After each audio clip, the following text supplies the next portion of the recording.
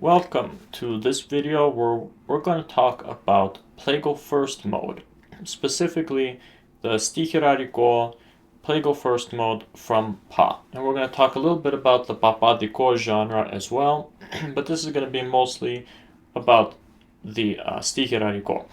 Some of you had requested that I make my next video on plagal first mode, so here we go. So like I said, it's going to be we're going to talk about the Sticheraric sort of genre of plagal first mode, which is based on Pa.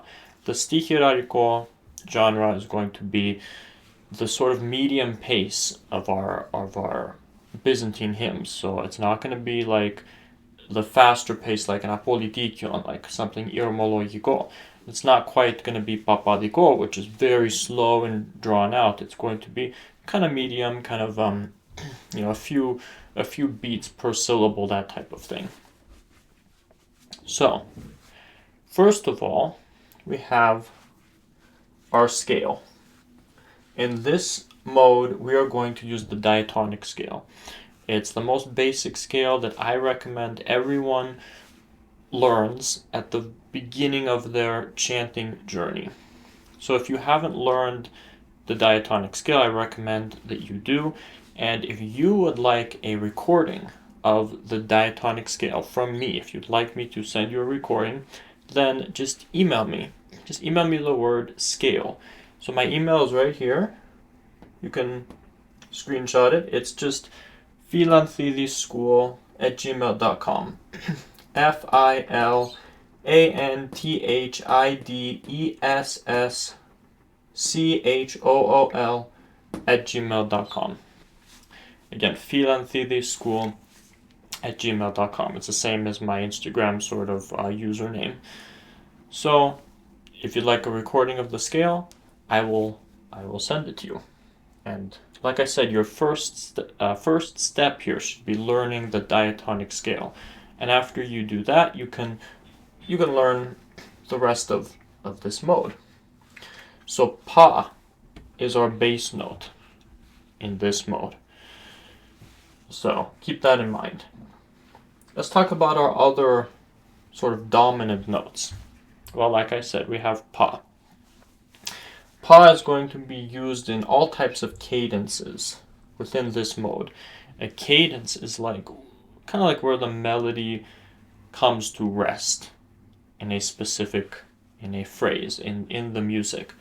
We're going to use Pa in all different types of cadences, mostly what we would call complete cadences. A complete cadence, it's like, think of it as like the end of a sentence when we are speaking. That's like a complete cadence within a hymn. Having said that, very important aspect of this mode, a little bit of an exception here. The endings of most hymns in the Sticheraric genre, the endings, the hymns are actually going to end on the, not Pa. So let me give you an example. Let's say we're chanting during Vespers. We have Lord, I have cried. And all of the stichera after the Lord, I have cried. These are actually all going to end on the, not Pa. Very important. So keep that in mind. That's very unique to this mode, by the way. This is very similar to first mode in that it's based on Pa, but we have some differences like what I just mentioned about the endings on the, and also the range is a bit different. We're going to hit upper Pa a lot more often in this mode. So that's something to keep in mind. Having said that, the final endings of hymns in this mode are going to be on Pa.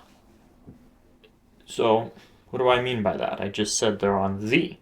Well, let's say we're chanting Lord, I have cried, or let everything that breathes praise the Lord during Orthros, and then the stichera after that. Those are all going to end on the. But then, let's say we have a doxastiko. A doxastiko, it's actually going to end on pa. The doxastiko is going to end on pa.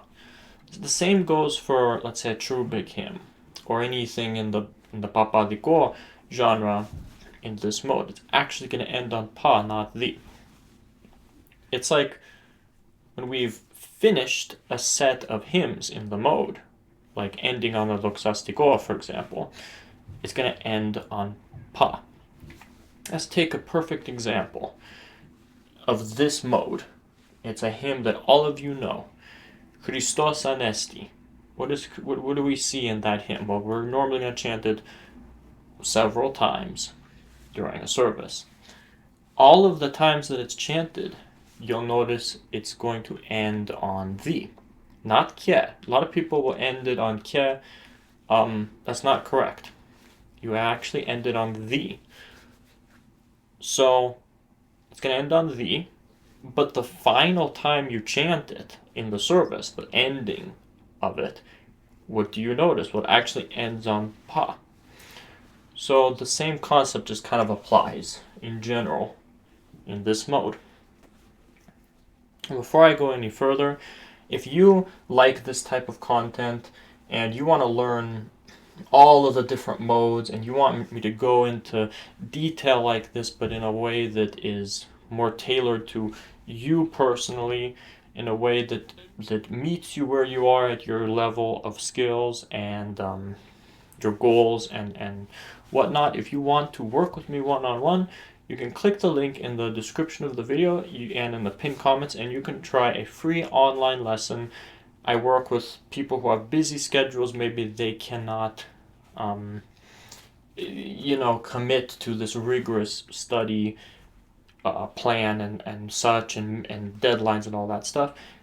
If that sounds like you, we might be a good fit. All I say is that you can't give up, you can't quit, but assuming you don't quit and you keep working on it, I will work with you according to your schedule, according to your needs, and as long as you don't quit, you can make progress, even if you're busy with other stuff.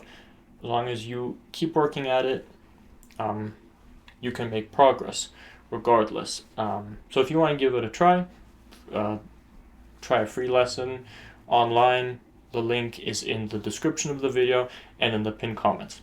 Okay, so next we have the.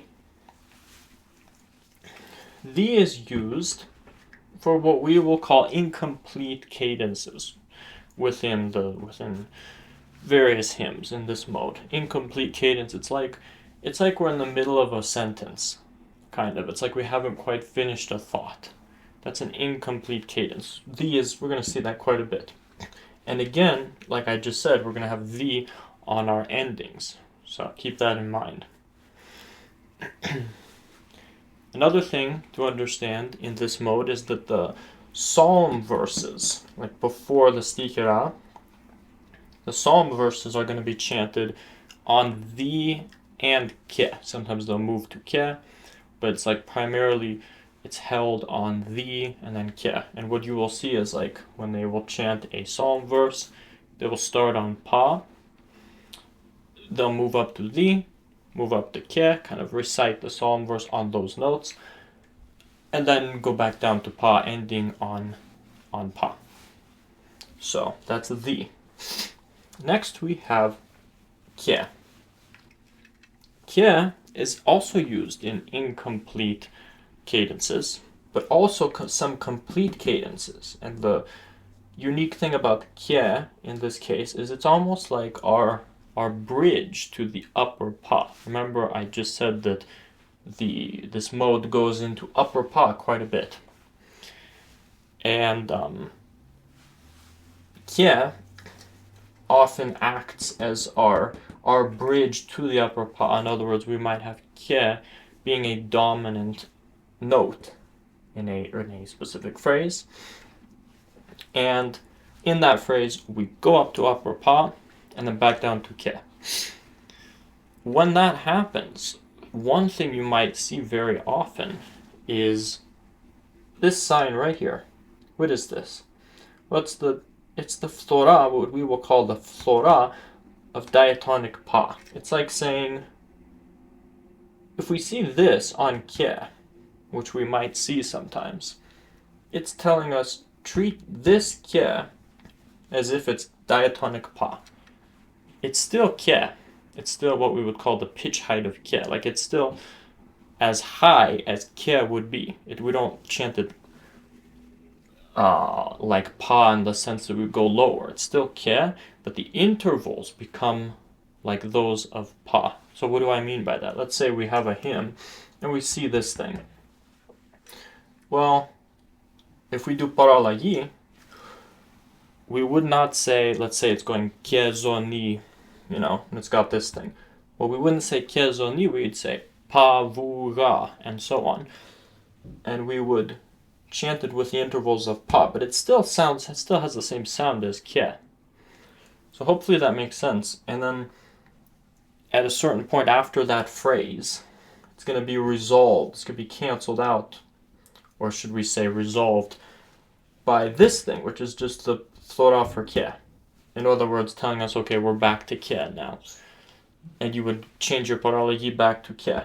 All this is what we would call a first mode phrase within this plagal first mode. It's like sometimes we'll be in this plagal first mode, and we'll have like this mini first mode phrase within the mode, but it's on ke. And in later videos we can go over some examples of what that would sound like, but you will see it sometimes. And that's the sort of role that ke has in this mode. Next we have ga. Now ga is not very often seen as a dominant note in the Sticheraric, but in the papadiko genre it is a dominant note for incomplete cadences. Those are our dominant notes. Alright. Next we have the ison. So the ison, like our bass note, when we're chanting in this mode, it's going to be either pa, di, or ke. How do you know which one? Well, if you're in doubt, just hold it on pa. If you're in doubt, if you're not sure what to do, just hold it on pa, because that's your bass note. That's our foundation for this tone. But if you're wanting to do things a bit more correctly, what you're going to do is you're going to look at what the melody is doing. What I mean by that is you have to look at, for one thing, how high are we going in the phrase, in this specific phrase. This will give you a clue of what the ison should be. So if we're going up to upper ni in this mode, well, we can guess that very likely our ison will switch to the. And another clue is you'll actually see the martiria, the upcoming martiria in that phrase will actually be the. So you can guess that your ison is going to switch to the because the has become like the bass note in that phrase. Likewise, ke. In a situation like this, the phrase will very likely go to upper pa. In which case, the upcoming martiria will probably be ke. In which case, you can probably guess your ison should switch to ke. So that's how we do the ison, but when in doubt, stick to pa. It's fine. All right. Next, we have our melodic attractions. So melodic attractions, it's like we're not chanting as if we're playing a keyboard or reading Western notation. The notes will move according to what the melody is doing. So these are called melodic attractions. The first melodic attraction we will see is this one right here, where we will sharpen ga just a little bit towards the. But we will do this when the melody does something like this. What's going on here? Well, we have a specific phrase that you're going to see a lot in this tone. It's based on ke. We're going up to upper pa, and we're going back down to ke. So we're going like this. So we're going ni pa vu ga di ke, and we're going ke di ga di ke zo ni pa ni zo ke ke. And what do we do here? We sharpen ga just a little bit. So it's ke di ga di, not ke di ga di. I've sharpened ke. I sharpened ke just a little bit. Or I'm sorry, I sharpened ga, not ke. Sharpened ga. And the reason I did that is because of the trajectory of this melody, this specific phrase. What's going on here? Well, we have ke as our dominant note, and the melody is going up to upper pa and back down. And because of this, we are ga is being attracted upwards because of the trajectory of the melody. One thing I'll say about this specific type of attraction is some chanters will do it, some will not. I've heard neochoritis not do it. So there's that. I've also heard Athonite chanters who do it. So keep that in mind. You don't want to go too far with this stuff, flattening ga all over the place and going to like sharpening ga all over the place. Going into Angelopoulos Garas territory where you're just doing random stuff. But you will see this type of thing sometimes. So that's something to keep in mind. Next we have this attraction of ga, basically vu and the being attracted to ga. Now what is that? Well, the same applies to first mode. If we have ga as a dominant tone or dominant note, in this case it attracts the surrounding notes to it. Slightly. Not too much, but slightly. So we have the and vu. It's like ga is acting as this sort of magnet. It's attracting the surrounding notes to it. Now, not too much, because if we do it too much, that's a different thing. That's what we would call a spathi. That's like, we're not doing that. But we're just slightly, when the ga is a dominant note, it's just slightly attracting the surrounding notes to it. You might see that sometimes. Next we have zo. Basically, zo is flat when we're descending. This is true with all the diatonic modes. When we are descending, zo is flat. It's exactly what I did here. When I chanted this, zo was natural going up, but it was flat going down. Again, to demonstrate. Ke di ga di ke zo ni pa ni zo ke ke. Ke di ga di ke zo. Natural.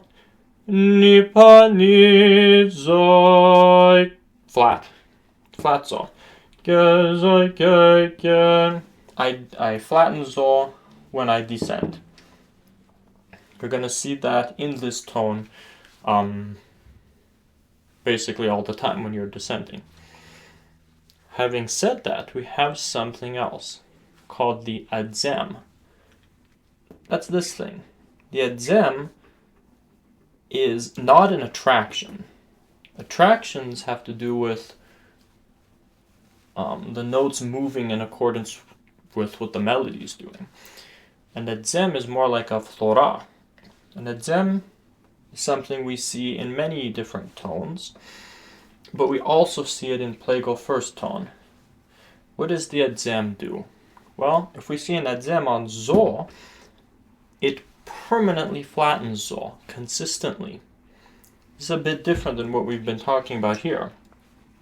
Because an adzem, like I said, it flattens by 4 units, which is the type of measurement we use. It's going to flatten zo. When you see the adzem on the zo, it flattens zo consistently, regardless of if it's going up, if it's going down. It's the same amount of flatness. And if all it takes is you're going to see it one time on the zo. And once you see that, then you know that every zo after that is going to be flat.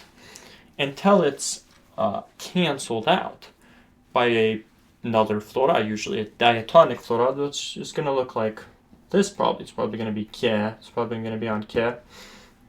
That tells us that we're done using this. It like cancels it out. So that's what the adzem is going to do. Sometimes we will have an adzem which flattens it permanently. Sometimes we will not, and it's just going to be diatonic, and in which case this attraction of the zo being flat when we descend applies. Alright. One more attraction you may not have been taught in the United States is this flattening of vu towards pa.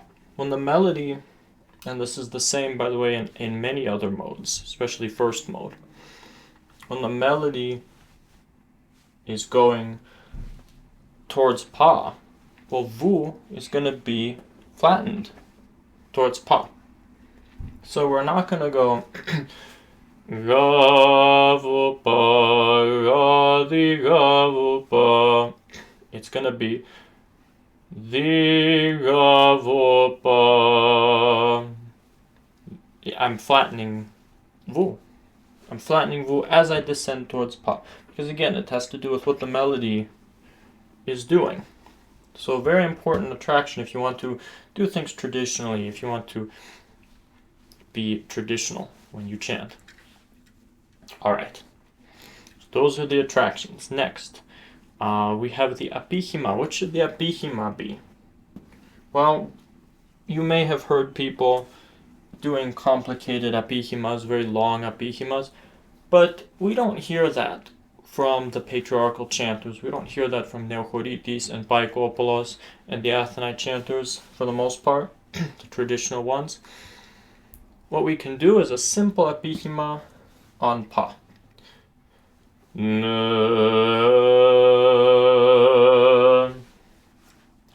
That's on pa. Very simple. We don't need to do things complicated. We don't need to do things that we found in like manuscripts or whatever, like that stuff.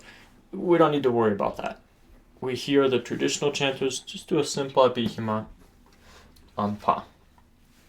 So, now you've learned the basics of plagal first mode from pa. Share this video with someone that you think would benefit from it. God bless you.